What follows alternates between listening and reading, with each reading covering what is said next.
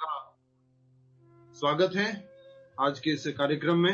अभी तक 3:10 हो गई है लगभग और 94 डिवोटीज ही ज्वाइन किए। ऐसा लग रहा है आजकल लेट आने की आदत पड़ गई है। कोई बात नहीं, जो लेट आएंगे उनको इसी तरह का समझ में आएगा। आप सभी से निवेदन है समय पे ज्वाइन करें। आइए कथा का शुभारंभ करते हैं भगवान के आह्वान मंत्र से। ओम नमो भगवते वासुदेवाय।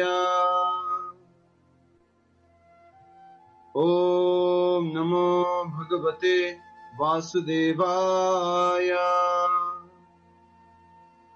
ओम नमो भगवते वासुदेवाय। मुखम करोति वाचालं पंगुं लंघयते गिरिं कृपातमहं वन्दे श्री गुरुदेवतारम्। सभी से निवेदन है कि अपना अपना वीडियो ऑन करके बैठे, जिससे आप भी अच्छे से सुन पाएंगे और हमें भी मोटिवेशन मिलेगा कि आप अच्छे से सुन रहे हैं, तो हम अच्छे से फिर डिलीवर करें, अच्छे से आप लोगों को समझाएं। बहुत ही महत्वपूर्ण श्लोक है आज का, श्लोक संख्या 69।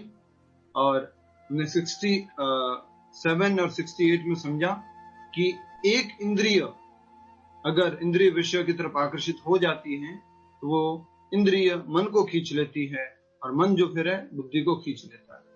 इस प्रकार से व्यक्ति गिर जाता है। और उदाहरण दिया गया था उसके लिए, नेचुरल उदाहरण वो था नाव का। नाव जो है चलती है और अगर हवा का झोंका आता है तो एकदम से पूरा नाव को लेके चला जाता है, पूरा बहा के लेके जाता है दूसरी दिशा में। तो नाव का उदाहरण से हमने समझा था। अगर नाव को हमने एक जगह एंकर कर रखा है, लंगर डाल रखा है, तो क्या होगा? बच जाएगी, वो नहीं जा पाएगी इधर उधर। तो उसी तरह से हमारे जीवन में है। और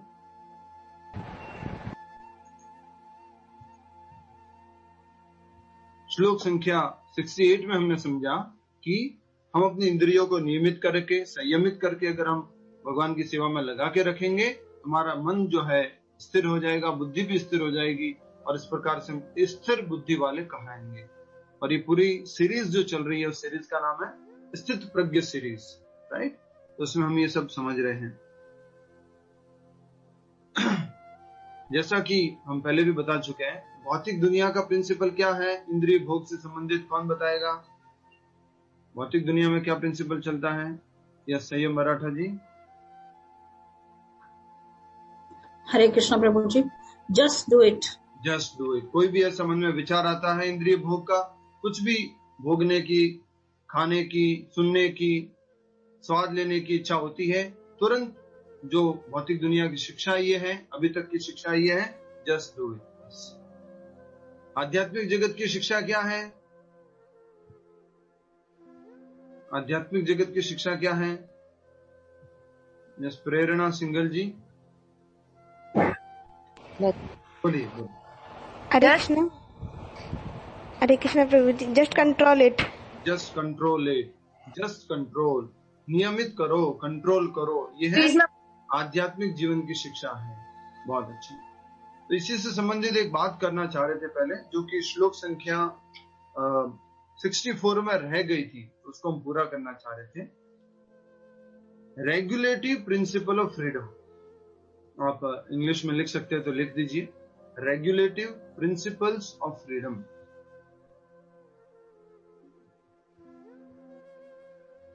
श्लोक संख्या 64 में था ये, रेगुलेटिव प्रिंसिपल ऑफ फ्रीडम। स्वतंत्रता के नियम, स्वतंत्रता के लिए सैद्धांतिक नियम, हिंदी में लिख सकते हैं, स्वतंत्रता के लिए सैद्धांतिक नियम। तो ऐसा ये कॉन्ट्राडिक्टरी वाक्य लगता है, एक दूसरे से विरोधाभास करता हुआ वाक्य लगता है। एक तरफ तो फ्रीडम बोला जा रहा है और एक तरफ क्या बोला जा रहा है? रेगुलेशंस, प्रिंसिपल्स, ये सब बोला जा रहा है। तो यहाँ पर प्रभुपाद जी इसको अच्छे से समझाते हैं कि कोई भी कार्य अगर आप करते हैं, उस कार्य में नियम कायदे होते हैं और उसका अगर आप पालन करते हैं तो स्वतंत्र रहते हैं, खुश रहते हैं, आनंद में रहते हैं। जैसे कि एक उदाहरण दिया गया, बहुत अच्छा उदाहरण है, बाकी आप सब लोग कनेक्ट कर पाएंगे आसानी से। ट्रैफिक नियम, जो ट्रैफिक के नियम होते हैं, गाड़ी चलाने के नियम होते हैं, रोड पे चलने के नियम होते हैं, ये सब नियम है। अरे ये क्या नियम है, 60 की स्पीड से चलाओ, रेड लाइट पे रुक जाओ, ये लेफ्ट में चलो, ये सब क्या नियम है? मुझे बिल्कुल भी ये नियम पसंद नहीं है। क्यों बांध के रखा हुआ मुझे? अगर हम ये नियम पालन नहीं करेंगे, कोई कहेगा I want to remain free, I want a free life, मुझे नहीं चाहिए ये सब नियम, तो क्या होगा? रूपल पटेल जी, कोई कहेगा कि मैं फ्री लाइफ जीना चाहता हूं, ये नियम वगैरह नहीं पालन करना चाहता ट्रैफिक्स के, उसकी लाइफ इधर उधर हो जाएगी, मतलब सीधी तरह से नहीं चलेगी।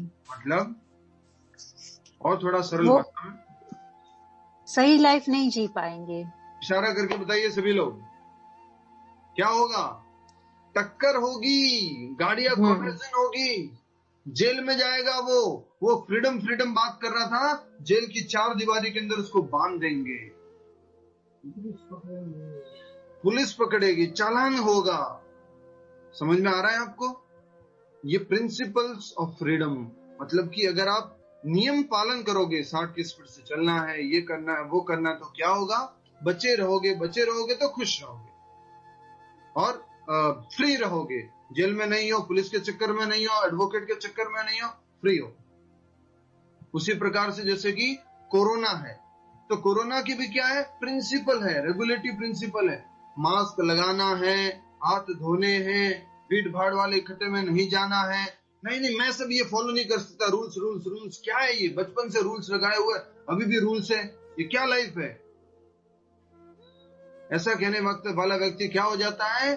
कोरोना जी के द्वारा अटैक कर लिया जाता है और फिर वो हमेशा रूल्स में पूरी तरह से बन जाता है, न तो किसी से बात कर सकता है, न कुछ कर सकता है, न शेयर कर सकता है, अकेला पड़ा रहता है। डॉक्टर आते हैं, इंजेक्शन देते हैं, कुछ करते हैं, दवाइयां देते हैं, उसको जबरदस्ती सब लेना पड़ता है। तो कई बार आपके मन में आ सकता है ये क्या है, भक्ति में इतने सारे नियम पालन करने, ये करना है, वो करना है। These are the principles of freedom. अगर आप इनका पालन करोगे तो ये जो हमने बंधन धारण कर रखा है, शरीर का बंधन, क्यों बंधन है ये शरीर? आप चाहते हो कि आप हमेशा आनंद में रहो, लेकिन शरीर आपको दुख देता है। आप चाहते हो कि आप कभी बूढ़े नहीं हो, लेकिन ये शरीर जो बूढ़ा होता जाता है। आप चाहते हो कि कभी बीमारियां नहीं आए, लेकिन ये बीमारियां लेके आता है। और आप चाहते हो कि कभी मृत्यु ना हो, लेकिन मृत्यु आती है। आपके खिलाफ ही ये काम करता रहता है। तो अगर हम ये कुछ नियम पालन कर लेंगे, जाप करना, भोग लगाना, दर्शन करना, आरती करना, इंद्रियों को भगवान की सेवा में लगाना, मांसाहार नहीं करना, जुआ नहीं खेलना, नशा नहीं करना, अवैध संबंध नहीं रखना, अगर इन नियमों का पालन कर लेंगे तो क्या होगा? You will be free. आप हमेशा के लिए फ्री हो जाओगे। These are the regulative principles of freedom। मैं आशा करता हूं समझ में आया। यस और नो जल्दी बताइए, समझ में नहीं आया तो दोबारा बताता हूं। नियम पालन करना मुक्त होने के लिए, यस और नो सभी लोग। सुधीर जी को नहीं आया। सुधीर जी यस ये है, अच्छा ठीक है, तो आ गया। हरे कृष्ण। तो ये रेगुलेटिव प्रिंसिपल्स ऑफ फ्रीडम है। बच्चा बोले माँ मुझे क्यों रोकती है, हर समय नियम बोलती रहती है, ये नहीं करना, वो नहीं करना, ऐसे नहीं होना चाहिए, वैसे नहीं होना चाहिए, हमेशा माँ पिताजी रोकते रहते हैं। लेकिन उससे क्या होगा? वो फ्री रहेगा, खुश रहेगा। इससे एक सिंपल सा उदाहरण, बच्चा सोचता है मैं, वो छोटा बच्चा होता है, आग के अंदर उंगली डाल दूं, या उसमें क्या कहते हैं जो पंखा चल रहा है उसमें उंगली डाल लूं, वो लाइट का होल्डर होता है उसमें सॉकेट में उंगली डाल दूं। माँ बोलती है नहीं नहीं करना, नहीं मुझे तो करना है, मुझे तो उंगली डालनी है। क्या होगा अगर वो उंगली डालेगा? तो उंगली कट जाएगी, करंट आ जाएगा, वो खुद ही नुकसान में चला जाएगा। फ्री कहाँ रह पाएगा फिर वो? यही है जीवन में समझने का। तो अगर हम भगवान के द्वारा दिए गए नियमों का पालन करेंगे तो पुलिस वालों से दूर रहेंगे, कोर्ट कचहरी से दूर रहेंगे, और बड़ी बड़ी प्रताड़नाओं से दूर रहेंगे। प्रताड़नाओं से जो सफरिंग आने वाली है उससे दूर रहेंगे। कौन बताएगा? हमारे केस में अगर भगवान के द्वारा बताए गए नियमों का पालन करेंगे तो ये हमारे केस में पुलिस वाले कौन है? जल्दी से हैंड रेज कीजिए। पुलिस वाले कौन है? रिबोल फास्ट। कुछ 2-3 लोग ही बोलते हैं, मुझे गुस्सा क्यों दिलाते हो आप लोग? 1-2 लोगों का हैंड रेज होता है बस, बाकी सब लोग ऐसे बैठे रहते हैं। हम तो यहाँ पर पब्लिक है, पब्लिक नहीं है, आप भी स्टूडेंट हो यहाँ। यस बताइए Vinita ji. Doctor. Doctor? No no no no. Yes, बहुत अच्छा बताया किसी ने। और कोई बताइए किससे? सुशीला माता जी बोलिए। हरे कृष्णा प्रभु जी। प्रभु जी आप हैं? मैं? जी प्रभु जी, प्रभुपाद जी हैं, प्रभुपाद जी के चेले आप हैं प्रभु, आप हैं। माता जी नियम पालन करेंगे तो मुक्त कैसे रहेंगे, मैं ये पूछ रहा हूँ। पुलिस मैं हूं क्या? पुलिस भक्ति करवाती है? पुलिस? यस, बहुत सारे लोगों ने उत्तर दे दिया। सोनम सोनी जी बोलिए। हरे कृष्णा प्रभु जी। हम्म। यमदूत। यमदूत, यमराज। यमराज से बचना है, नरक से अगर बचना है, प्रताड़नाओं से अगर बचना है तो नियम पालन कर लो। बंधन से अगर बचना है, खुश रहोगे जीवन में, मुक्त रहोगे हमेशा।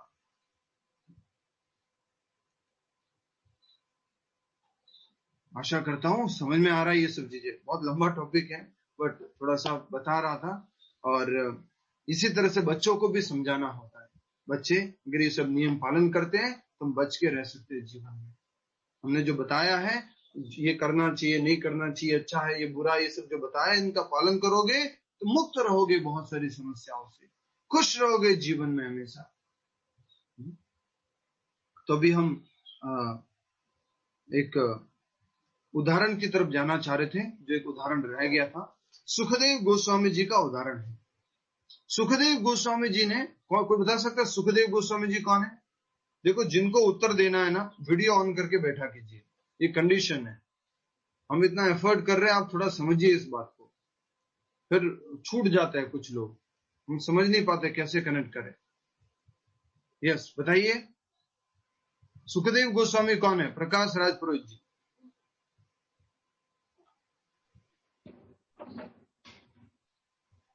बोलिए, बोलिए। मैं अभी ज्वाइन हुआ हूँ। सुखदेव गोस्वामी अभी नहीं बताया मैंने, कभी बताया नहीं है क्लास में। सुखदेव गोस्वामी जी को तो आप जानते हैं। सुखदेव गोस्वामी कौन है?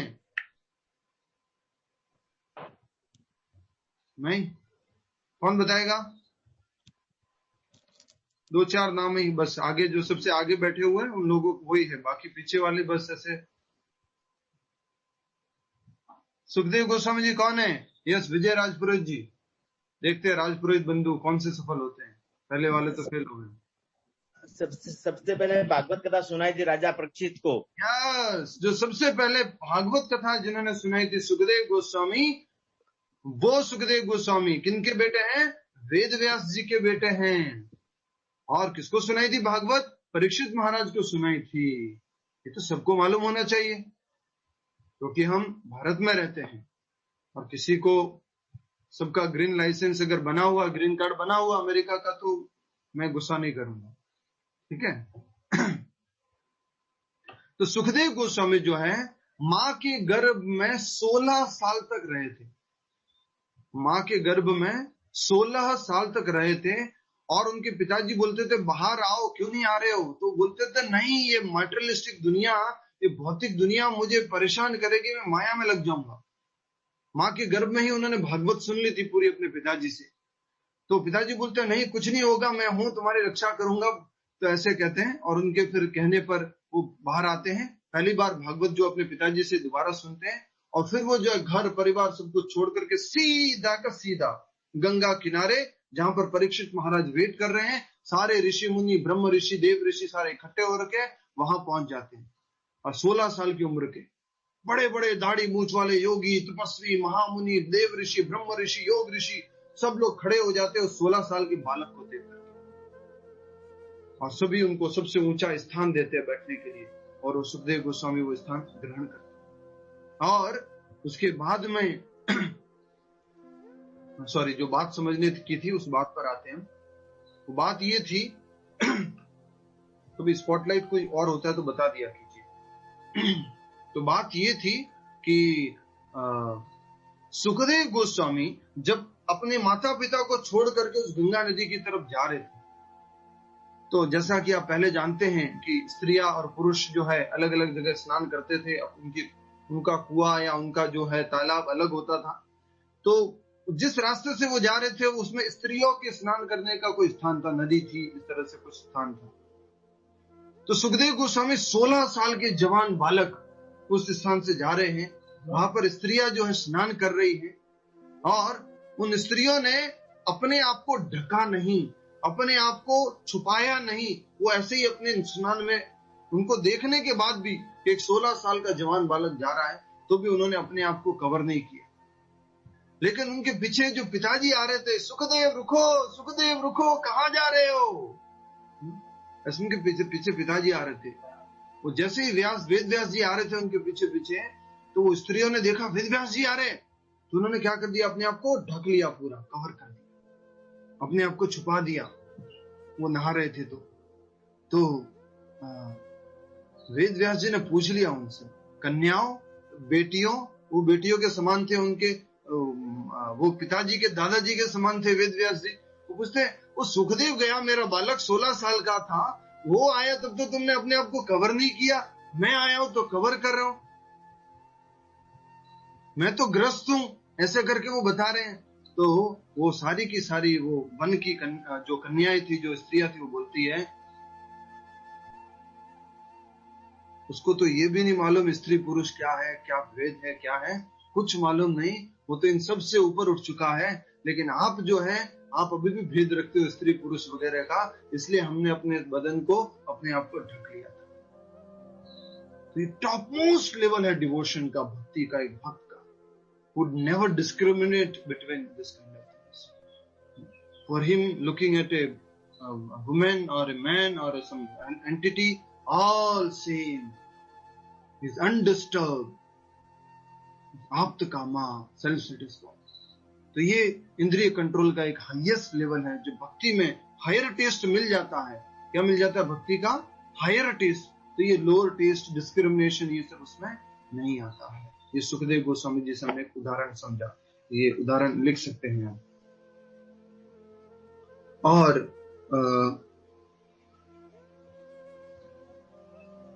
एक दो बातें और रह गई थी, उसको हम बाद में करते हैं, और अभी हम थोड़ा सा पहले श्लोक की तरफ बढ़ते हैं। श्लोक संख्या, मैंने आपको बोला था ये सब याद दिलवाने का, पर किसी ने याद नहीं दिलवाया। मैंने बोला था रेगुलेटरी प्रिंसिपल ऑफ फ्रीडम याद दिलवाना, पर आपने याद नहीं दिलवाया। और भी मैंने कुछ बोला हुआ है, देखते हैं कौन याद दिलवाता है। श्लोक संख्या 69 कृपया करके दोहराइए, बहुत इंपॉर्टेंट श्लोक है, और आज हम बहुत अच्छी स्टोरीज भी समझने वाले हैं। आज भक्त लोग कोई कम ज्वाइन किए, कहीं पे पार्टी प्रोग्राम है, शादी है, क्या है, एक घूमने गए हुए हैं। श्लोक संख्या 69 दोहराइए। या निशा सर्वभूताना तस्याम जागृति संयमी, यस्याम जागृति भूतानि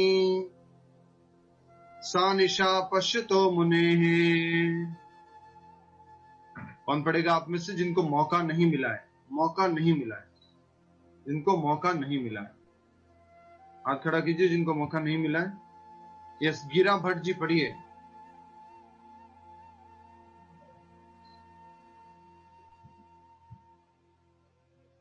पढ़िए, हरे कृष्णा। स्मिता पटेल जी पढ़िए। या निशा सर्वभूतानां तस्यां जागृति संयमी, यस्यां जागृति भूतानि सा निशा पश्यतो मुनि। बहुत अच्छा, वेरी नाइस, सब लोग अच्छे से सीख रहे हैं। श्लोक को मेरे साथ साथ उच्चारण कीजिए, ऑल टुगेदर। या निशा सर्वभूतानां तस्यां जागृति संयमी, यस्यां जागृति भूतानि सा निशा पश्यतो मुनेः। अनुवाद, जो सब जीवों के लिए रात्रि है वह आत्म संयमी के जागने का समय है, और जो समस्त जीवों के जागने का समय है वह आत्मनिरीक्षक मुनि के लिए रात्रि है। माइंड बॉगलिंग बोलते हैं कुछ, माइंड बॉगलिंग श्लोक है। हाँ, पूरा एकदम हिला दिया पूरा माइंड को। दिन जो है एक साधारण व्यक्ति के लिए जो दिन है वो एक भक्त के लिए जो रात्रि है। मैंने आज का टाइटल क्या दिया, कौन बताएगा? आज का टाइटल क्या दिया था? आज जो है मैसेज डाला था उसका टाइटल क्या था? कौन बताएगा? हरि बोल, बताइए। सही है मराठा जी। भक्त तथा कर्मी समुद्र के समान शांति। एक है भक्त और कर्मी, दूसरा समुद्र के समान शांति। तो आप सभी से निवेदन है, टाइटल भी पढ़ लिया कीजिए थोड़ा सा। भक्त जो है उसके लिए जो दिन बताया गया है वो कर्मी के लिए रात्रि बताई गई है। उसके लिए जो रात्रि बताई गई है वो उसके लिए दिन बताया गया। ये कृष्ण क्या बोल रहे हैं? उसके लिए अलग से सूरज उगता है, उसके लिए अलग से रात्रि होती है। क्या मतलब है इसका? लिखा हुआ है सब जीवों के लिए रात्रि है, वह आत्म संयमी के जागने का समय है। उस समय ये भक्त जो है जागता रहता है। सब लोग जो है सोते रहते हैं, ये भक्त जो जागता रहता है।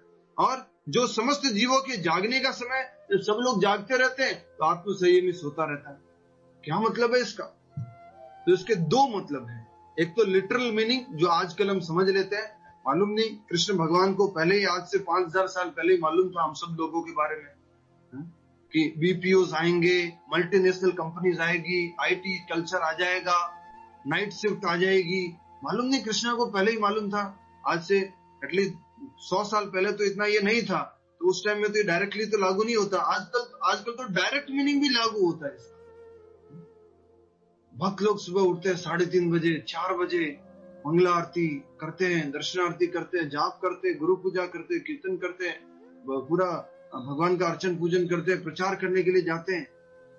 और शाम को आते हैं 7-8 बजे और फिर 9 बजे तक प्रसाद वगैरह लेकर सो जाते हैं। और ये कर्मी लोग जो रात को काम करते हैं वो 7-8 बजे उठते हैं रात को और 9 बजे काम करने के लिए जाते हैं, काम करना शुरू करते हैं। सुबह जो अगले सुबह कितने बजे तक? 9 बजे तक, 10 बजे तक काम करते रहते हैं और दिन में सोते रहते हैं। तो ये इसका एक लिटरल मीनिंग भी, दो मीनिंग है, अच्छे से समझाऊंगा मैं, ध्यान रखिएगा। लिटरल मीनिंग भी यहाँ लागू हो रहा है। एक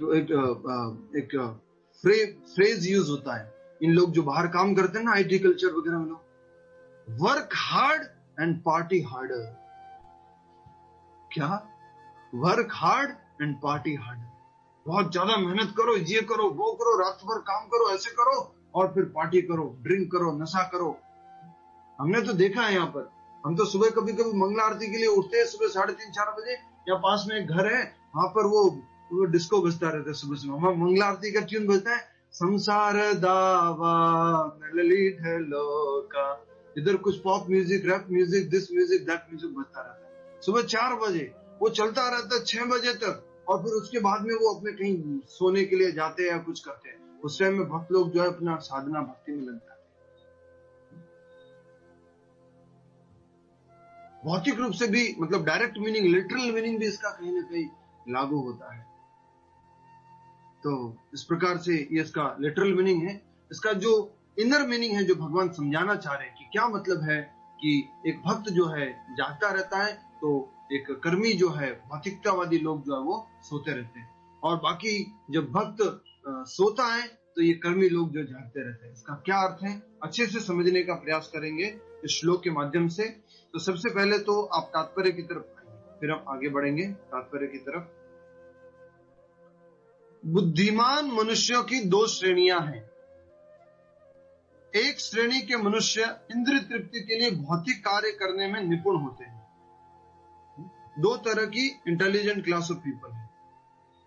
पहला कौन? Materialistic intelligent. लिख लीजिए। फर्स्ट इज भौतिकतावादी बुद्धिमान, मेटेरियलिस्ट इंटेलिजेंट। भौतिकतावादी बुद्धिमान। दूसरा है स्पिरिचुअलिस्ट इंटेलिजेंट, आध्यात्मिक बुद्धिमान, अध्यात्मवादी बुद्धिमान हिंदी में। तो ये भौतिकतावादी बुद्धिमान लोग क्या करते रहते हैं? इंद्रिय भोग के लिए नए तरीके ढूंढते रहते हैं, अपनी बुद्धि का उपयोग उसमें ही करते हैं। अगर आपको याद होगा तो प्रभुपाद जी ने एक तात्पर्य में लिखा था, मनुष्य जीवन कुकर शूकर की भांति निकालने के लिए नहीं मिला है।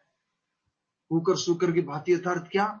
माँ बाप से पैदा हुए, माँ बाप ने खाना खिलाया, बड़ा किया, माँ बाप ने रहना करना सिखाया, भोजन करना सिखाया, और फिर उसके बाद में थोड़े बड़े हो गए, एक दूसरी सुअर से फ्रेंडशिप कर ली, शादी कर ली, बच्चे कर लिए, फिर उनको भी थोड़ा बड़ा किया, सिखाया, समझाया, और फिर बाद में बुढ़े हो गए और मृत्यु हो गई।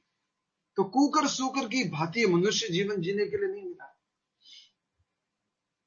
तो इसलिए पद्म पुराण में क्या कहा गया है? 4 काम हमारे में और जानवरों में बराबर है। वो क्या क्या है? आहार, निद्रा, भय और मैथुन। Eating, sleeping, mating and defending. आहार, निद्रा, भय, मैथुन, ये 4 काम। अब ये मेटरलिस्ट पहला जो इंटेलिजेंट क्लास ऑफ पर्सन है, बताइए महेश शर्मा जी, फर्स्ट जो बताया वो कौन सा इंटेलिजेंट क्लास ऑफ पर्सन है?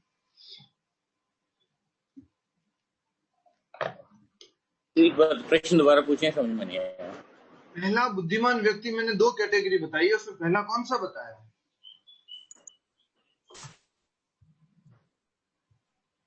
आत्मसंयमी। 2 इंटेलिजेंट क्लास ऑफ पर्सन बोला, एक कौन से है? 2 इंटेलिजेंट क्लास ऑफ पर्सन कौन से हैं?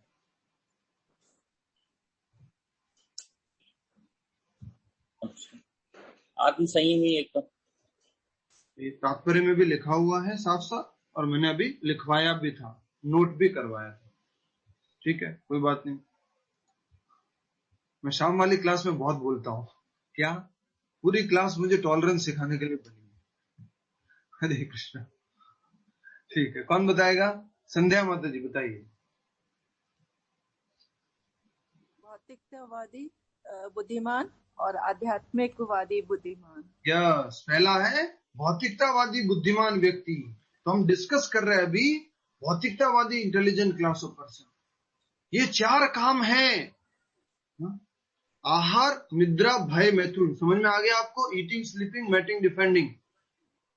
इतनी बुद्धि लगाता है, इतनी ज्यादा बुद्धि लगाता है ये मेटरलिस्टिक पर्सन कि इन 4 कामों को मैं अच्छे से कैसे करूं, इतना ज्यादा मैं इन 4 कामों को बहुत अलग अलग वैरायटी से कैसे करूं, वो उसके ऊपर अपना दिमाग लगाता रहता है।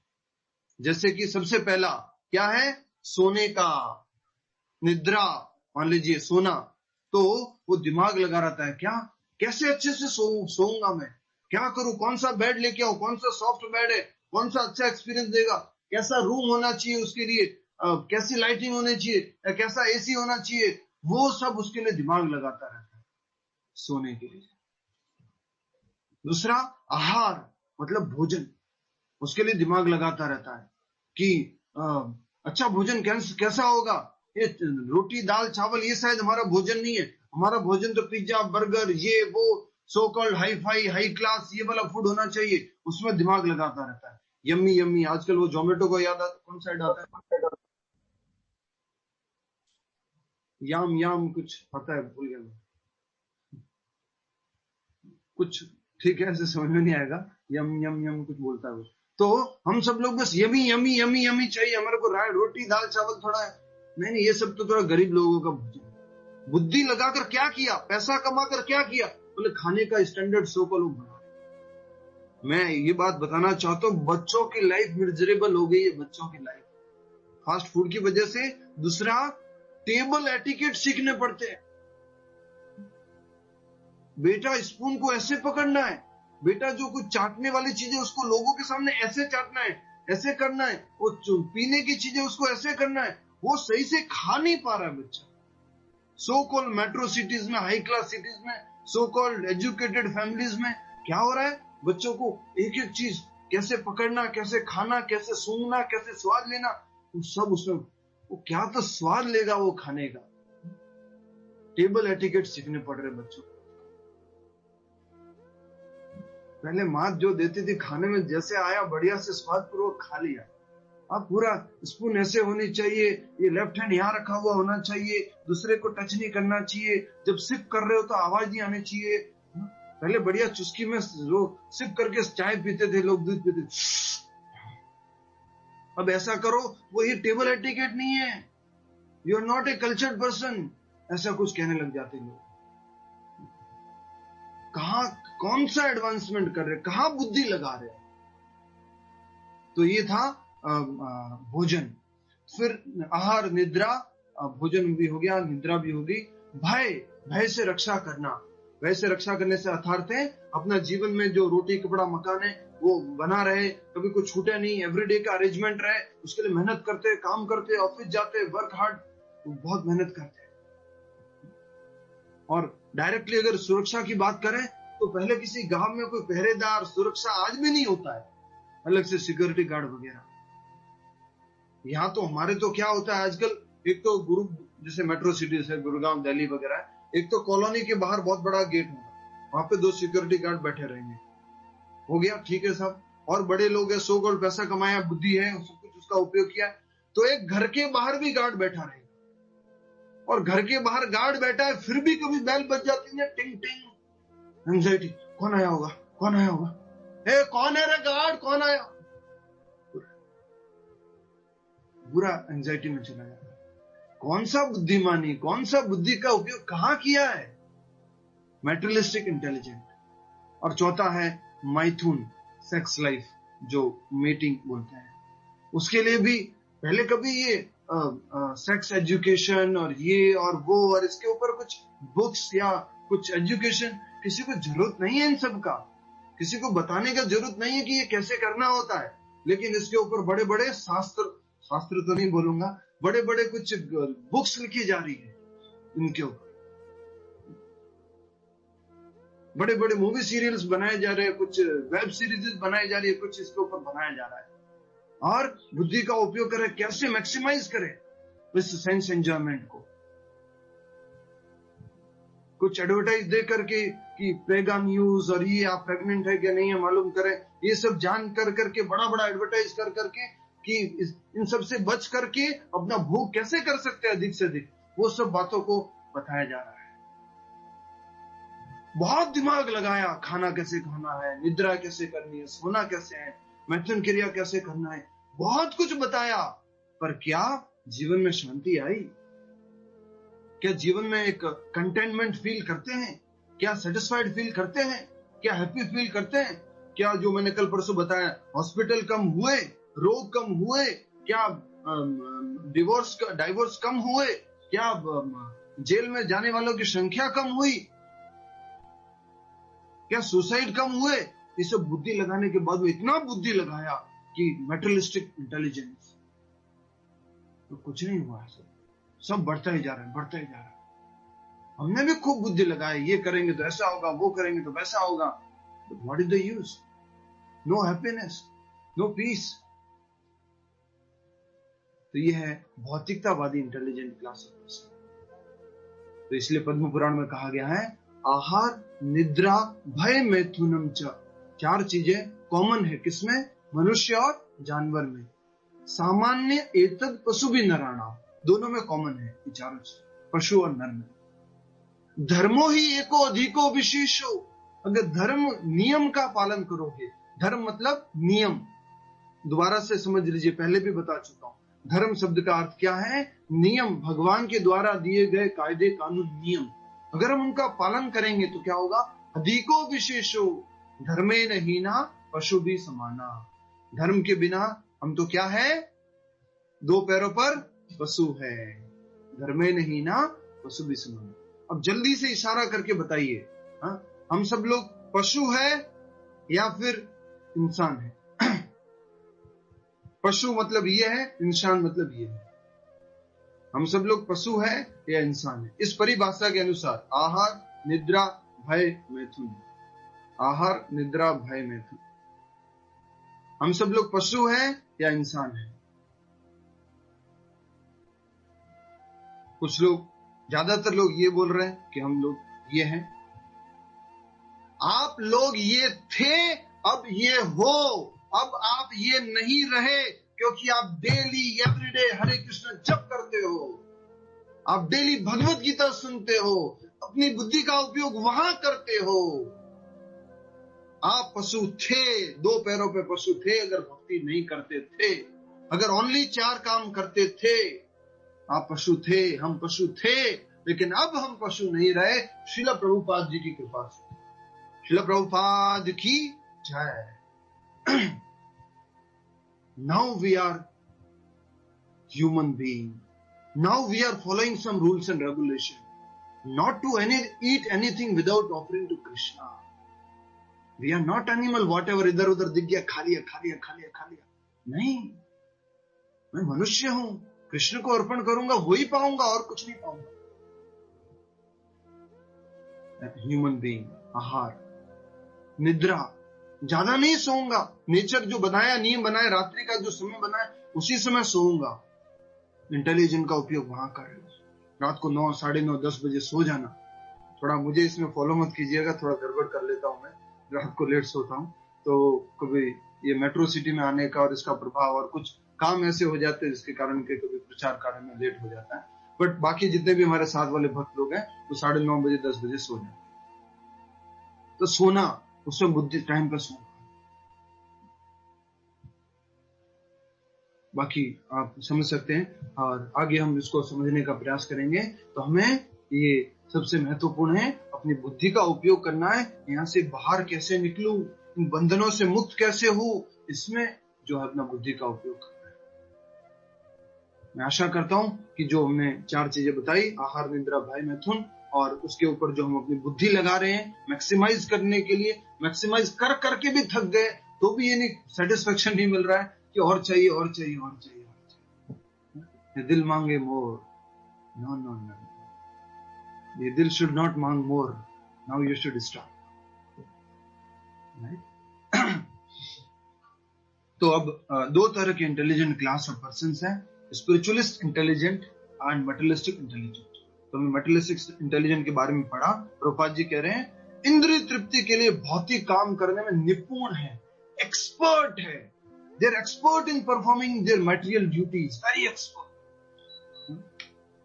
कैसे काम करना, एक एक काम को बारीकी से करते हैं, अच्छे से करते हैं। मटेरियलिस्टिक, भौतिकतावादी है, इंद्रिय भोग के लिए करते हैं सारे काम। नेक्स्ट, दूसरी श्रेणी के मनुष्य आत्मनिरीक्षक है, जो भक्त है, जो इंट्रोस्पेक्टिव, इसको इंग्लिश में बोलते हैं इंट्रोस्पेक्टिव सीज, इंट्रोस्पेक्शन करना, खुद की तरफ निरीक्षक करना, बाहर निरीक्षक नहीं करना, ये क्या करता है, वो क्या करता है, ये क्या करता है, अंदर का निरीक्षण करना, खुद का इंट्रोस्पेक्शन करना। मैं कौन हूं, मैं कहां से आया हूं, मेरा क्या संबंध है भगवान से, ये इंट्रोस्पेक्शन, सेल्फ इंट्रोस्पेक्शन। बाहर ये नहीं करना है। दूसरों में गलती ढूंढना, दूसरों को सुधारना, पहले स्वयं के लिए इंट्रोस्पेक्शन। तो इसलिए ये कहा गया है दूसरी श्रेणी के मनुष्य आत्मनिरीक्षक है, जो आत्म साक्षात्कार के अनुशीलन के लिए जागते हैं। तो अब आ गया आपके जागने और सोने वाला पॉइंट, उसको अच्छे से समझ लीजिए, ठीक है।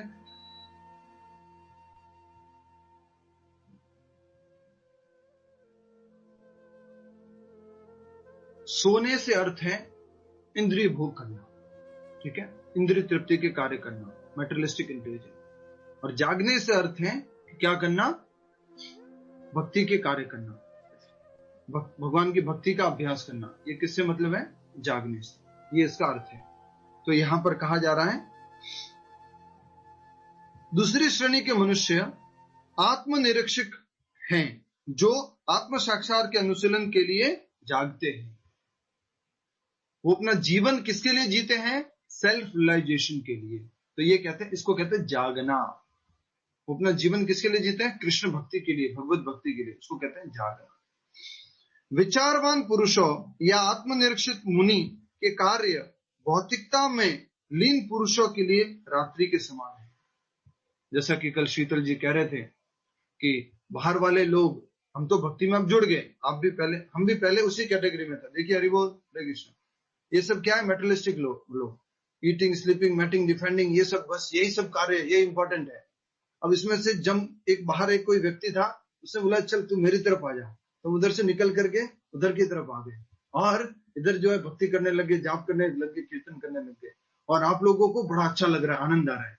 अब इधर वाले सारे लोग क्या बोल रहे हैं मालूम है? एक नंबर का बेवकूफ है, अपना टाइम खराब कर रहा है। क्या कर रही है? हरे कृष्ण जब करता है, गीता पढ़ता है, भगवान को भोग लगाता है, सब भूल गया बाकी कामों को। तो इनको लगता है कि ये सो रहा है। समझिए इस बात को, इनको क्या लगता है? ये सो रहा है। क्या, क्यों सो रहा है? क्योंकि मेटेरियलिस्टिक काम नहीं कर रहा है। क्या नहीं कर रहा है? भोग के काम नहीं कर रहा है। पर इसको क्या लग रहा है? आप सब लोगों को क्या लग रहा है? दुनिया क्या कर रही है? सो रही है। क्यों? क्योंकि वो आध्यात्मिक कार्य नहीं कर रही है। समझ में आ रहा है आपको? दोबारा से समझाता हूं। ये दो तरह के लोग हैं, ठीक है? ये भौतिकतावादी और ये आध्यात्मिकतावादी लोग हैं। ये मेटेरियलिस्टिक और ये स्पिरिचुअलिस्ट, ये दोनों दो तरह के लोग हैं। ये मेटेरियलिस्टिक लोग क्या बोलते हैं मालूम है? चाय नहीं पीता है, नशा नहीं करता है, जुआ नहीं खेलता, ये सब लोग बेकार है, एक नंबर के सो रहे हैं। अभी तो ये तो जानते भी नहीं है सिगरेट कैसे पीते हैं, ड्रिंक कैसे करते हैं, स्लीपिंग। और ये आध्यात्मिक लोग क्या बोलते हैं मालूम है? ये एक नंबर के मूर्ख लोग हैं, अभी भी भौतिकता भोग में, इंद्रिय भोग में लगे हुए हैं। वो इनको जो है वो बोलते रहते हैं, एक दूसरे को ऐसा ये समझते हैं। तो यही कहा गया है कि जो कर्मी लोग हैं, भौतिकतावादी लोग हैं, वो बोलते हैं ये सो रहे हैं, और ये क्या बोलते हैं? ये सो रहे हैं। समझ में आ गया आपको?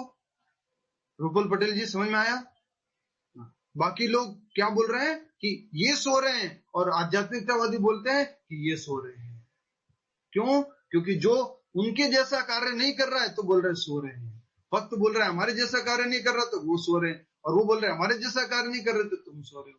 तो यही कहा गया है कि विचारवान पुरुषों या आत्मनिरीक्षक मुनि के कार्य भौतिकता में लीन पुरुषों के लिए रात्रि के समान है।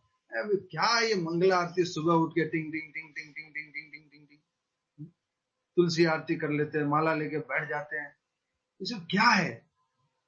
Useless fellows, no use, they don't know anything what is life. तो वो कहते हैं ये सो रहे हैं। और आगे बताया गया है भौतिकतावादी व्यक्ति ऐसी रात्रि में अनभिज्ञता के कारण आत्म साक्षात्कार के प्रति सोते रहते हैं। तो भौतिकतावादी जो भौतिक कार्य में लगे हुए हैं वो सो रहे हैं। किसके लिए सो रहे हैं? आध्यात्मिक कार्य में नहीं कर रहे। तो अब मैं बहुत क्लियर करता हूं आप सभी के लिए, वेरी वेरी क्लियर। भौतिकतावादी अगर भौतिक कार्य कर रहा है तो वो सो रहा है। आध्यात्मिकतावादी आध्यात्मिक कार्य कर रहा है तो वो क्या कर रहा है? जाग रहा है। लेकिन उल्टा भी है। ये भौतिकतावादी क्या सोचते हैं जब वो अपना काम करते रहते हैं? अध्यात्मवादी सो रहा है। और अध्यात्मवादी भौतिक काम करते हैं तो वो क्या सोचते हैं? कि ये सो रहा है। समझ में आ गया? कन्वल बेदी जी, आ रहा है समझ में कि ना आ रहा है? थोड़ा थोड़ा आ रहा है, कुछ ना आ रहा है। हरे कृष्ण। ठीक है, तो इसको एक बार और बोलता हूं मैं, ठीक है? प्रभुपाद जी तात्पर्य बता रहे हैं, आप इसे देखिए। लाइन विचारवान पुरुषों, यहां से लाइन पढ़िए, विचारवान पुरुषों। एक्चुअली में आपको इतना जल्दी समझ में आ रहा है, पॉसिबल है क्योंकि मेरे को ये 4 साल बाद समझ में आया था ये श्लोक। मुझे 4 साल लगे थे इस श्लोक को समझने। तो आपको मैं मेरा पूरा एक्सपीरियंस दे रहा हूं इस श्लोक को समझने का, तो आपको शायद एक बार में समझ में आ जाए। विचारवान पुरुषों या आत्मनिरीक्षक मुनि, मतलब कि स्पिरिचुअलिस्ट, इसको सबको विचारवान पुरुष या आत्मनिरीक्षक को क्या समझ लीजिए? भक्त। क्या बोलिए? भक्त। भक्त के कार्य भौतिकता में लीन पुरुषों के लिए रात्रि के समान है। आप अपनी नोटबुक में लिख लीजिए, भक्त के कार्य भौतिकतावादी लोग यानी कि कर्मी लोगों के लिए रात्रि के समान है। भक्त के कार्य भौतिकतावादी लोग कर्मी, उनके लिए रात्रि के समान है।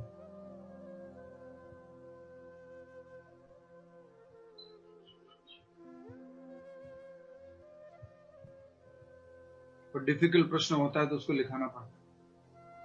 मुझे तो बहुत डिफिकल्ट लगता था, ये क्या है, दिन रात रात दिन, ये क्या है भाई। या निशा सर्वभूताना, निशा मतलब रात्रि। अब दूसरा लिखिए, भौतिकतावादी व्यक्ति ऐसी रात्रि में अनभिज्ञता के कारण आत्म साक्षात्कार के प्रति सोए रहते हैं। तो अब इसको इस तरह से लिखेंगे, भक्त भौतिकतावादी कर्मी लिख दीजिए, कर्मी के कार्य भक्त के लिए सोने के बराबर है। भौतिकतावादी व्यक्ति के कार्य भक्त के लिए सोने के समान है।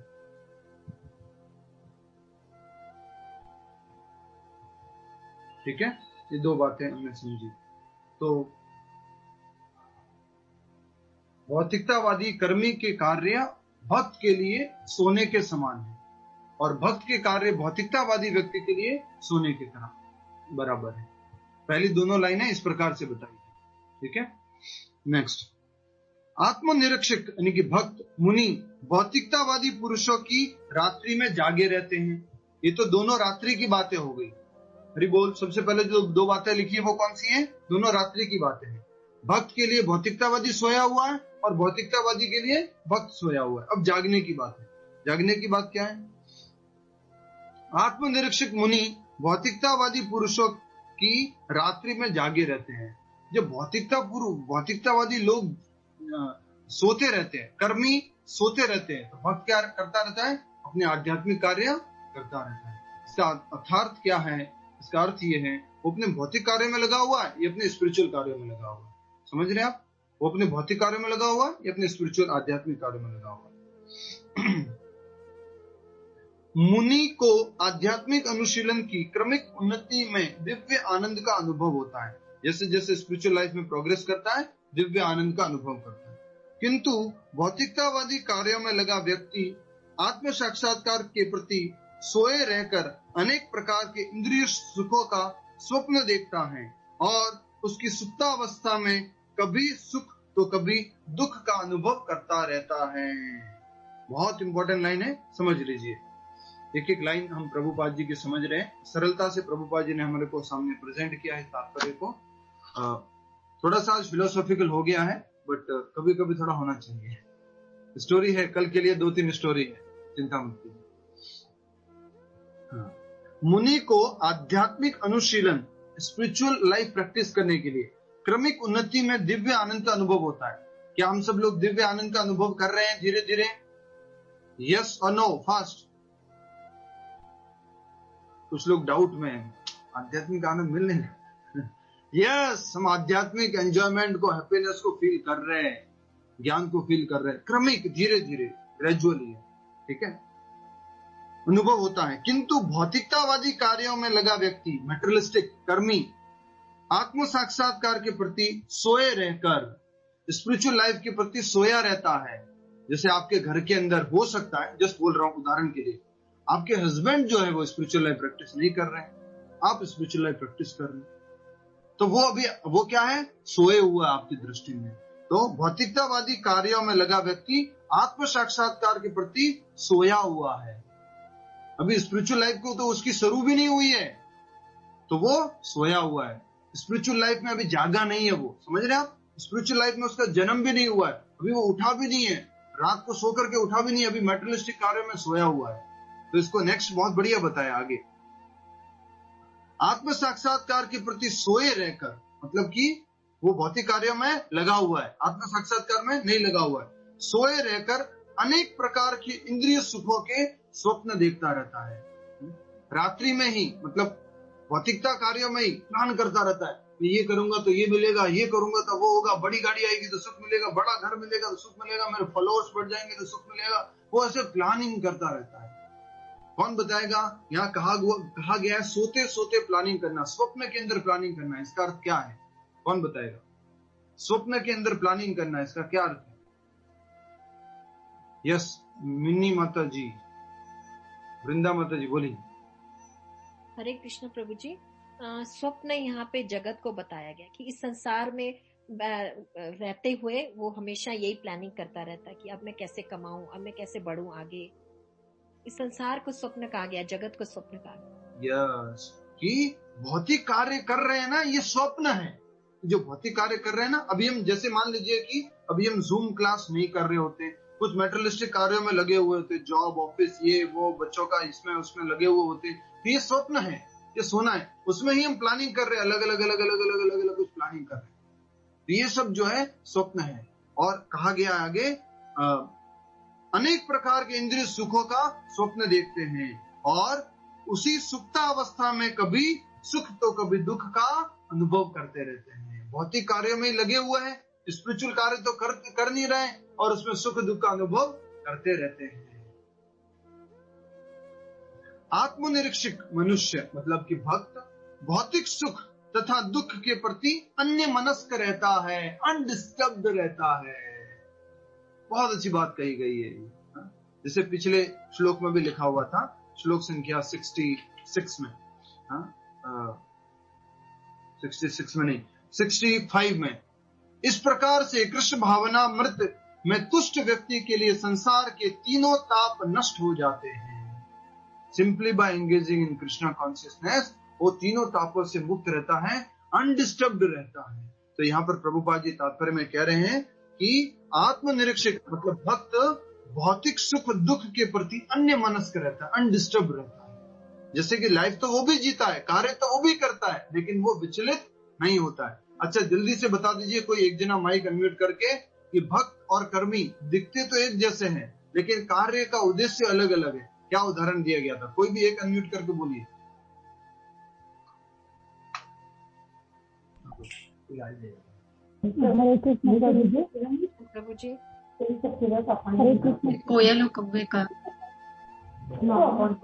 कृष्ण। कोयल का उदाहरण था। कोयल और कौवा कैसे दिखते हैं?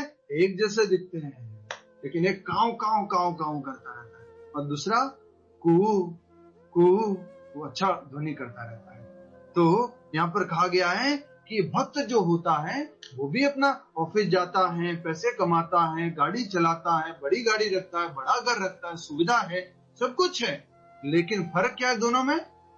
फर्क ये है कि वो सारे कार्य भगवान की प्रसन्नता के लिए करता है, लेकिन ये भौतिकतावादी अपनी प्रसन्नता के लिए, अपने सेंस ग्रेटिफिकेशन के लिए कर रहा है। तो ये जो भौतिकतावादी व्यक्ति क्या है? सोया हुआ है, प्लानिंग कर रहा है, ये करूंगा तो खुश रहूंगा, वो करूंगा तो खुश रहूंगा, ये कर लूं वो कर लूं, प्लानिंग करता रहता है, अलग अलग अलग अलग प्लानिंग करता रहता है और उसमें सुख और दुख का अनुभव करता रहता है। लेकिन ये आध्यात्मिकवादी व्यक्ति ये भी प्लानिंग करता रहता है। कौन बताएगा आध्यात्मिकवादी क्या प्लानिंग करता रहता है? रूपल पटेल जी। हाँ, संगीता मुलेवा जी बोलिए।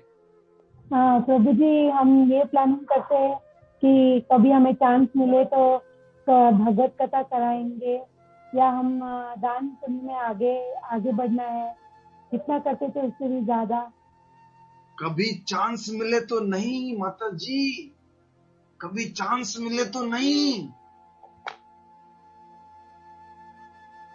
अभी इसी वक्त एवरी डे एवरी एक्टिविटी। आध्यात्मिक व्यक्ति का उद्देश्य क्या होता है? वो हर एक कार्य भगवान की प्रसन्नता के लिए करता है, हर एक कार्य। इसकी वजह से वो दुख आता है सुख आता है तो उसमें भी क्या रहता है? समान रहता है, अन्य मनस्क रहता है, अनडिस्टर्ब रहता है। वो दोनों के जीवन में आता है सुख दुख, लेकिन ये डिस्टर्ब नहीं होता, क्योंकि ये क्या बन चुका है? मुनि बन चुका है, भक्त बन चुका है, वो जाग चुका है, वो भी सो रहा है और सपने में देख रहा है कि मैं ये करूंगा वो करूंगा, ऐसे होगा वैसे होगा, और दूसरा व्यक्ति जाग चुका है, जाग करके वो कार्य। एक कहानी याद आ गई, बचपन में सुनी थी। एक भीख मांगने वाला व्यक्ति था, वो आटा भीख मांगने के लिए जाता था और गांव गांव भीख मांगता था और बोलता था कोई आटा दे दो, आटा दे दो, आटा दे दो। आटा लेके आता था। उसकी पत्नी थी, उसके बच्चे थे, गधा भी था उसके पास में। वो आटा लेके आता था, डेली थोड़ा थोड़ा आटा लेके आता था। तो उसकी पत्नी जो उसको बोलती रहती, इतना कम क्यों लेके आते हो, इतना कम क्यों लेके आते हो? वो परेशान हो गया था सुन सुन के। तो एक दिन वो रात को सो रहा था और रात्रि में सपना आ गया। सपने में प्लानिंग करने लग रहा है। समझिएगा, हम भी ऐसे ही प्लानिंग करते हैं, ठीक है? सपने में प्लानिंग करने लगे, हम जागते हुए ऐसी प्लानिंग करते हैं। तो वो सपने में प्लान करता है, सोता सोता, आज तो मैं दिल्ली में भीख मांगने जाऊंगा और वहां पे जो ये क्या नाम है इसका, गुप्ता जी, वो अच्छे से मुझे भीख देंगे और आटा तो देंगे ही 2 किलो, साथ में वो मुझे थोड़ा सा चपाती भी दे देंगे, थोड़ा चावल भी दे देंगे और 50 रुपए भी दे देंगे। तो मैं क्या करूंगा, ये 50 रुपए से आटा और लेके आऊंगा और चावल दाल से जो है अपना जीवन चलाऊंगा, और उसके बाद में कुछ आटा जो है बेच दूंगा ज्यादा रेट में, उससे फिर और आटा आएगा। देखिए हम भी ऐसे ही प्लानिंग करते हैं, उससे और आटा आएगा। और फिर मैं क्या करूंगा, आटे को थोड़े थोड़े मटकों में स्टोर करते रहूंगा, और फिर दोबारा से मैं जाऊंगा भीख मांगने। एक तरफ तो मेरा प्रॉफिट हो रहा है सेल कर करके, दूसरी तरफ से भीख भी आ रही है, तो ऐसे करके आटा इकट्ठा हो रहा है। अब जो आटा आ रहा है मैं बेचता जा रहा हूं, मेरा प्रॉफिट होता जा रहा है, प्रॉफिट होता जा रहा है। ऐसे वो प्लानिंग कर रहा है। और फिर धीरे धीरे मेरे पास 1000 रुपए आ चुके हैं, और 1000 रुपए आ गए। मैंने मेरे वाइफ को बोल दिया आज के बाद भीख मांगने नहीं जाऊंगा मैं, ठीक है ना। तो बोले ऐसा हो गया, सपने में चल रहा है सब, भीख मांगने नहीं जाऊंगा। तो वो वाइफ को बोल दिया, बेटे को बोल दिया बेटा स्कूल जाओ, अब तुम्हें काम करने की जरूरत नहीं है। फिर 1000 रुपए आया, उसका 2000 हुआ। फिर उसने बोला घर जो झोपड़ी था उसको ठीक बढ़िया से अच्छा बना देंगे, थोड़ा उसको थोड़ा अच्छा करने का कोशिश किया गया। फिर 10,000 रुपए, 20,000 रुपए, धीरे धीरे इनकम बढ़ता गया। वो बाइक लेके आ गया, कार लेके आ गया, बड़ी गाड़ी लेके आ गया। हम सब लोग ऐसे ही ग्रो किए, हम लोग सब लोग भी ऐसे ही सपने देखे थे। मे भी आपके हस्बैंड या आपके दादाजी पिताजी वो सब ऐसे ही किए थे। अब शहर छोड़ के कहीं और गए, पैसा कमाया, बोले और बड़ा मकान बनाएंगे, अब हमारा गार्डन होना चाहिए, हमारा एक डॉगी भी होना चाहिए, अब गधे को बेच देंगे, गधा नहीं चाहिए हमारे को, गधा को सेल कर दो, गधा काम का नहीं है, लो क्लास पीपल कीप्स गधा, I am now high class, so dog will be their mind. So dog जो है वो रखने, कुत्ता रखना शुरू कर देता है, और इस प्रकार से वो थोड़ा और बड़ा हो जाता है। और इस प्रकार अब मेरी वाइफ जो है ना कभी कुछ बोलेगी ना, इतना सब कुछ किया मैंने, सब पैसा लाया, सब कुछ किया, उसके बाद मेरी वाइफ कभी कुछ बोलेगी कि ये क्या करते हो, अभी भी तुमने ये वो नहीं लाया, ये नहीं किया, तो मैं उसको क्या करूंगा मालूम है, सपने में, पुरानी कहानी है, आजकल ऐसा नहीं होता होगा पढ़े लिखे परिवारों में, मैं उसको एक लात मार दूंगा। क्या सोचता है वो सपने के अंदर, वो ज्यादा ही मेरे को बोलती थी ना पहले, आटा कम लेके आए, आटा कम लेके आओ, मैं उसके लात मार दूंगा। और सोता सोता ऐसे सोचता है कि लात मार दूंगा, और वो वास्तव में अपने जो पैर हैं उसको ऊपर की तरफ छत की तरफ करता है, और छत के वहां पर एक मटका रखा हुआ था जिसके ऊपर आटा रखा हुआ था इकट्ठा करके, और वो मटका फूट जाता है, उसके ऊपर आटा गिर जाता है और वो जाग जाता है। ये क्या हो गया, मेरा धन संपत्ति वैभव में सब कमाया वो कहाँ गया, वो ये तो सपना था। तो हम भी इसी सपने के अंदर प्लानिंग कर रहे हैं, हम जागते हुए सपना देख रहे हैं। समझ पा रहे हैं हम? While awaken in a state of awaken in जागृत अवस्था, we are like dreaming, सपना देख रहे हैं। तो आशा करता हूं आपको ये बहुत ही महत्वपूर्ण श्लोक समझ में आ गया, और मैं 2 श्लोक समझाने वाला था, लेकिन जो पिछली कुछ बातें थी वो भी ऐड करनी थी, इस कारण से वो नहीं हो पाया पूरा, बट अच्छे से समझ में आ गया। तो आपको क्या बनना है, भक्त बनना है या कर्मी बनना है?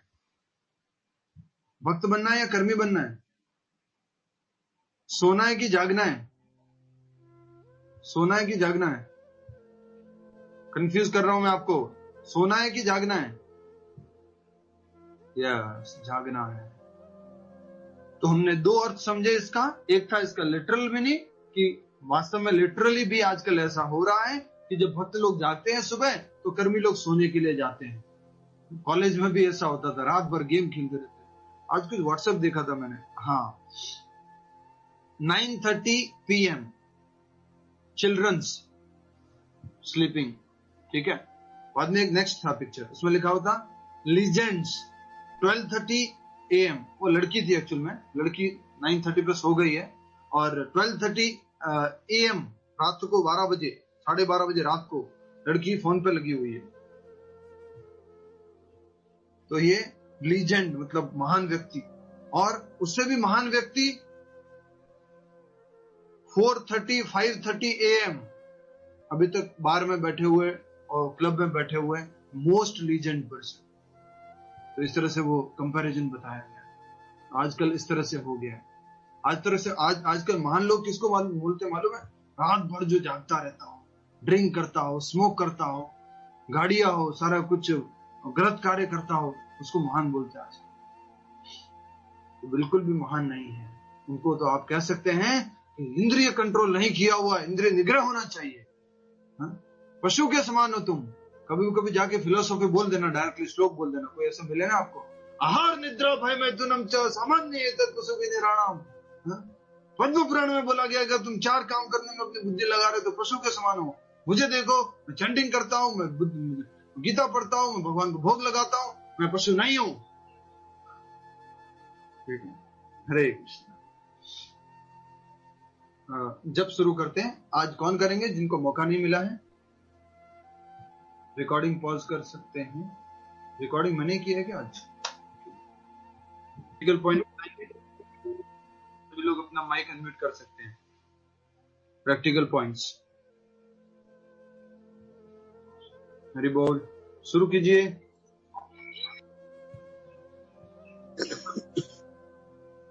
Practical point.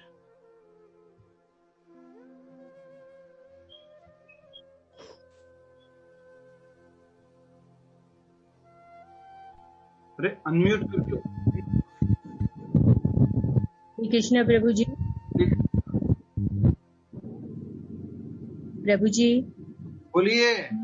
जी, हम लोग अभी तक पशु के समान जीवन व्यतीत कर रहे थे, लेकिन अब आपकी और भगवान की कृपा से भगवान का जप कीर्तन और भगवान की सेवा करके अब हम इंसान बनने की कोशिश कर रहे हैं। तो प्रैक्टिकल पॉइंट શું છે और तो थ्योरी છે? हाँ, प्रैक्टिकल पॉइंट ये है कि अब हमें इंसान बनना है, पशु की तरह जीवन व्यतीत नहीं करना है। आध्यात्मिक कार्य करने हैं। भौतिक कार्य मतलब हम जानवर ही रहेंगे। भौतिक कार्य मतलब जानवर। भौतिक नियम पालन करो मतलब जानवर। आध्यात्मिक कार्य करेंगे तो हम इंसान बनेंगे। जी, बहुत अच्छा। नेक्स्ट। हरे कृष्णा प्रभु जी। हरे कृष्णा। बोलिए। हरे कृष्णा प्रभु जी। बोलिए। हमें नियमों का पालन करना है। जो कृष्णा के द्वारा बताए गए जो नियम है, हमें नियमों का ढंग से पालन करना है। क्यों पालन तभी हम क्योंकि हम पशु हैं। पशु भी 4 काम करता है, मनुष्य भी 4 काम करता है। लेकिन यदि हमको इंसान बनना है, भक्त बनना है, तो हमें भगवान के द्वारा दिए गए नियमों का पालन करना है। नेक्स्ट। हरे कृष्ण प्रभु जी। हरे कृष्ण। हमें सपनों में ना जीकर, यानी कि भौतिकवाद में ना लगकर, सपनों से जागकर आध्यात्मिकवाद में लगकर कृष्ण भक्ति में लगना है। तो इसलिए महाप्रभु ने एक भजन भी, महाप्रभु कहते भी है, मतलब चैतन्य महाप्रभु अपने भक्तों को, जीव जागो गोरा चंद्र बोल, कोटा निद्रा छोड़ो माया, पिसा चिरकोल। हे जीव जाग जा। सब जागे हुए। जब अगर कोई उनका भजन सुन रहा है, इसका मतलब वो सो रहे हैं क्या? नहीं, वो जाग रहे हैं। पर जागे हुए लोगों को बोल रहे हैं कि तुम माया, इस भौतिक कार्यों से जागो, माया की इस गोदी में जो सोए हुए, इससे उठो। मटेरियलिस्टिक कार्यों को कर रहे हो, इससे उठ के स्पिरिचुअल कार्य करने लगो। कोटो निद्रा छोड़ो माया, पिशाची रखो। ये पिशाची है, ये भूतनी है माया, ये छोड़ेगे नहीं। इससे थोड़ा सा जागो, इससे उठो, बाहर निकलो। तो बहुत अच्छा कहा आपने। जैसा श्लोक में डायरेक्टली कहा गया है, हमें भक्त बनना है जो कि जागता रहता है। हमें कर्मी नहीं बनना जो आध्यात्मिकता के प्रति सोता रहता है। नेक्स्ट। अगला। हरे कृष्णा प्रभु जी। जी। हमको भौतिकवादिकता को छोड़ के अपना आत्मरक्षण करके शिव भगवान की भक्ति करनी चाहिए। यस, हमें आत्मनिरीक्षण करना है, सेल्फ इंट्रोस्पेक्शन करना है और अध्यात्म का अभ्यास करना है। Very nice. सेल्फ इंट्रोस्पेक्शन करना है। सेल्फ इंट्रोस्पेक्शन कुछ होता ही नहीं, इंट्रोस्पेक्शन करना है बस। ठीक है। नेक्स्ट।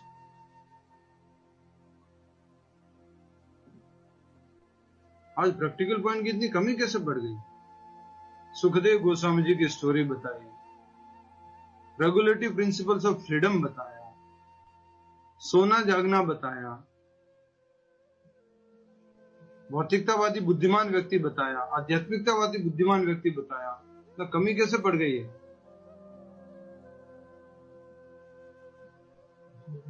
Practical point. हरि बोल। हरे कृष्ण प्रभु जी। नहीं, आप मत बोलिए, आपका हो गया। नेक्स्ट। हरे कृष्ण प्रभु जी। हरे कृष्ण प्रभु जी। स्मिता पटेल जी, देन सोनम सोनी जी, बोलिए।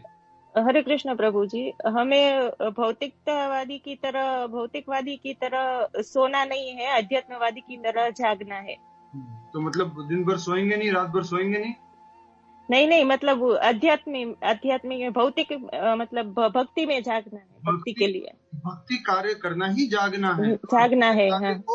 भौतिक कार्य करना बंद कर देना है, आध्यात्मिक कार्य के लिए जागना है। इसको मैं कल और अच्छे से समझाऊंगा कि बंद करने से क्या, ठीक है। नेक्स्ट बोलिए सोनम सोनी जी। हरे कृष्ण प्रभु जी।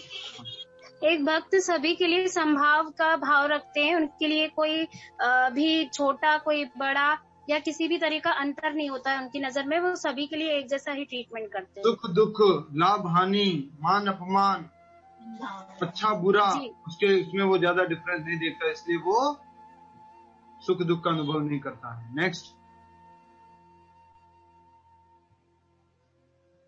Practical point. Hare Krishna Prabhu ji. Hare Krishna. Hare Krishna Prabhu ji. Yes Bhavna Gupta ji. हमें भगवान के बनाए हुए नियमों का पालन करना चाहिए। भगवान के द्वारा हमें भगवान के द्वारा बनाए गए नियमों का पालन करना चाहिए। रिपीट हो गया है बट ठीक है, भगवान के द्वारा बताए गए नियमों का पालन करना है। और बताइए। हरे कृष्णा प्रभु जी। हरे कृष्णा। हमें भक्त बनकर कोयल की तरह व्यवहार करना है, कर्मी बनकर कौवे की तरह व्यवहार नहीं करना। व्यवहार करना नहीं के इस तरह से कहेंगे कि अपने जीवन का जो उद्देश्य है वो कृष्ण रखेंगे, आत्म संतुष्टि ना रख करके कृष्ण संतुष्टि उद्देश्य रखेंगे। कौवे के जैसे कौवे और कोयल में जिस प्रकार से फर्क होता है, तो हम भी बाहर से एक जैसे दिख सकते हैं लोगों को, ये भी ऑफिस जाते हैं, काम करते हैं, गाड़ी चलाते हैं, लोगों से मिलते हैं, लेकिन इनका उद्देश्य क्या, अल्टीमेट उद्देश्य कृष्ण भगवान की प्रसन्नता। बहुत अच्छा। नेक्स्ट। हरे कृष्ण। हरे कृष्णा। जैसे अभी हम आध्यात्मिक लाइफ में आगे बढ़ रहे हैं, तो हमें ऐसे ही सब स्वप्न देखने की जगन्नाथ जी के दर्शन करना है, मायापुर जाके दर्शन करना है, और भागवत कथाएं करानी है, गौदान में आगे बढ़ना है, ये सब इसके बारे में ही स्वप्न ज्यादा देखना है। पहले प्लानिंग करता रहता है, हमें भी प्लानिंग करना है। कौन सी प्लानिंग करना है? आध्यात्मिक प्लानिंग करना है। नेक्स्ट मुझे कहाँ के दर्शन बाकी है, कहाँ जाना है, कहाँ की सफाई करनी है मंदिर की, कौन सा कीर्तन करना है, कब प्रभु जी लोगों को घर पे बुला के बढ़िया कीर्तन करेंगे, जप करेंगे, कभी 1-to-1 मीटिंग करेंगे, कब ये सब ये प्लानिंग करना है, इसके बारे में सोचना है। बहुत अच्छा। Next practical point. Hare Krishna Prabhu ji. Hare Krishna. Prabhu ji, हमें नियमों का पालन करके मुक्त होना है। नियमों का पालन करके मुक्त रहना मुक्त रहना है। बहुत अच्छा। Regulatory principle of freedom. Next. और कोई हो गए प्रैक्टिकल पॉइंट?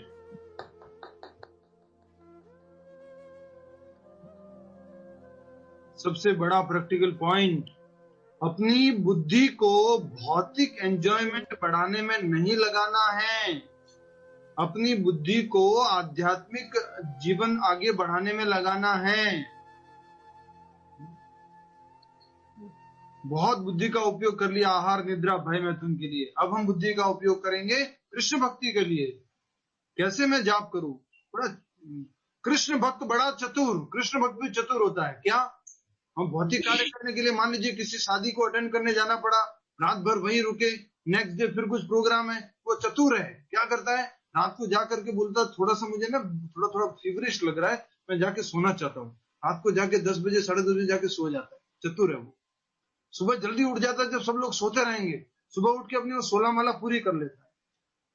कृष्ण भक्त बड़ा चतुर। तो चतुर बनना, इंटेलिजेंट बनना, अपनी बुद्धि को वहां लगाना है। जाप कैसे होगा, कीर्तन कैसे होगा? जैसे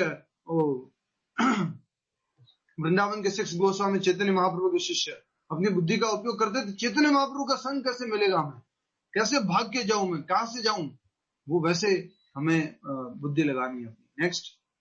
मैं बोलूं? बताइए प्रभु जी। एक मैं बोलती हूँ, स्पिरिचुअल व्यक्ति हर एक कार्य भगवान की खुशी के लिए करते हैं और उनके लिए सुख दुख में भी सामान्य रहते हैं जी, समान रहते हैं। हाँ, समान जी, बहुत अच्छा। नेक्स्ट, हो गया? पूरे हो गए पॉइंट्स?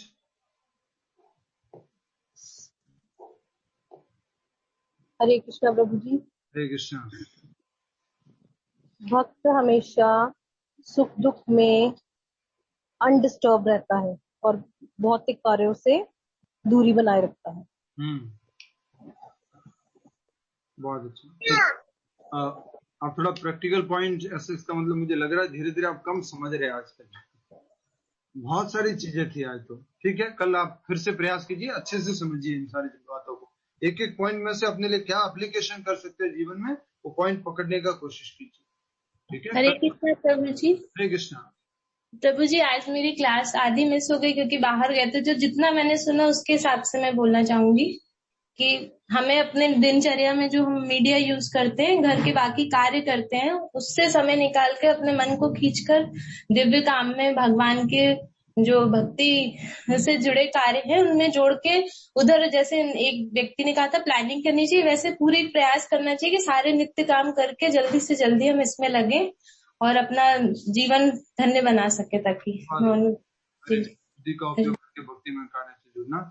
ठीक है, अब कोई प्रश्न है तो बता सकते हैं एक एक करके। अब हरे कृष्णा प्रभु जी। पॉइंट्स यहीं पे बंद करते हैं और प्रश्न उत्तर का कार्यक्रम शुरू